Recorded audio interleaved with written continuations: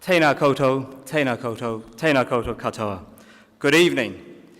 May I first acknowledge the departing Prime Minister of New Zealand, the Right Honourable John Khoo, members of the Diplomatic Corps, Mei Chen, Chair of the New Zealand Asian Leaders, distinguished guests, ladies and gentlemen. This evening we're talking about growing New Zealand's export education to Asia in what is a global $5 trillion international economy. We as New Zealanders have to be Asia ready.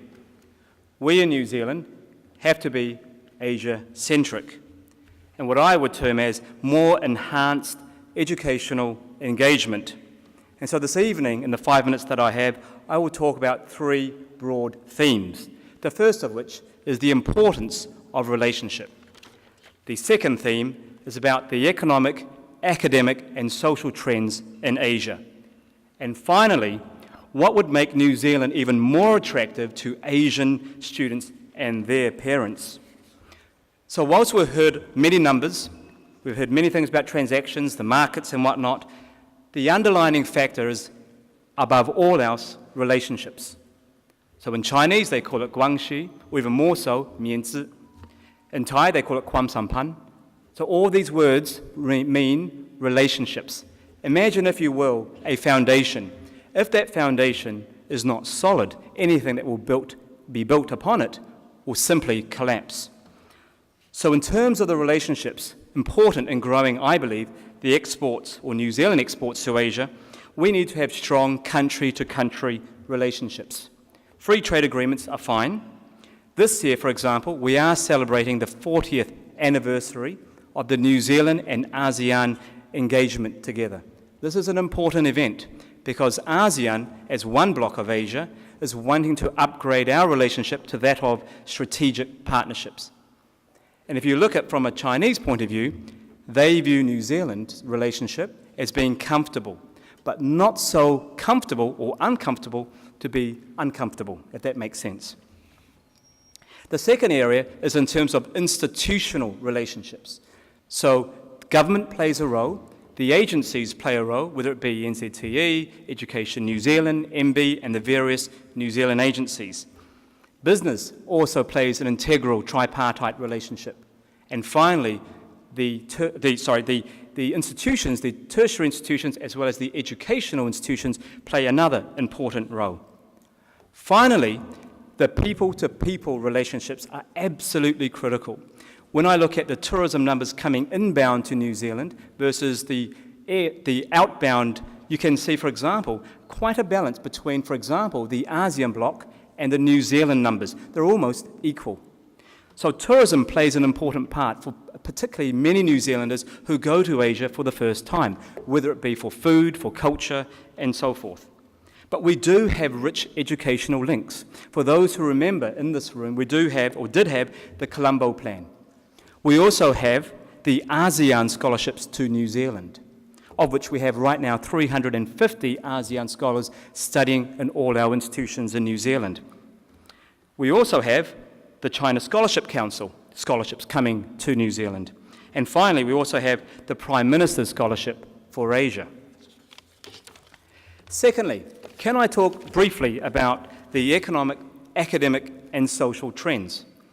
Asia is going to be the powerhouse in terms of GDP growth in 2015. When you refer to the Economic Intelligence Unit, they put Asia at 5.7% growth in 2015. Compare that to Western Europe, 1.7%.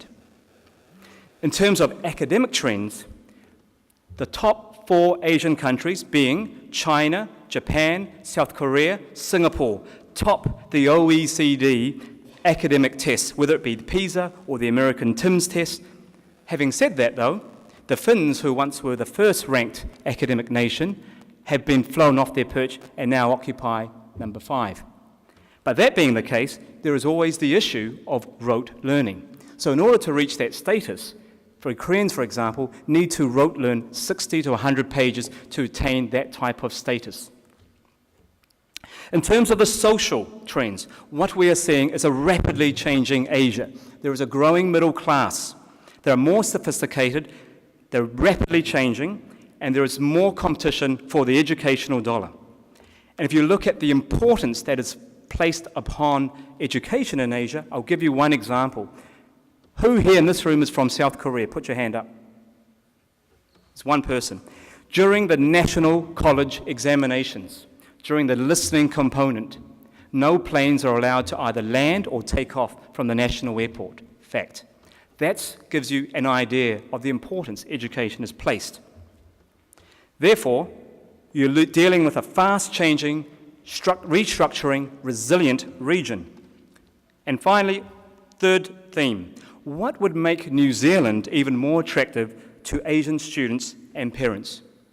We've heard that it's affordable, marginally.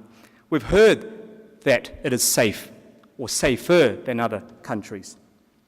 We know that it has good pastoral care, quality programs, and so forth. What I suggest is a paradigm shift. That is, we need to have more in-depth, in-country presence of the New Zealand education sector in parts of Asia with a sharpened focus, with a single Asian window.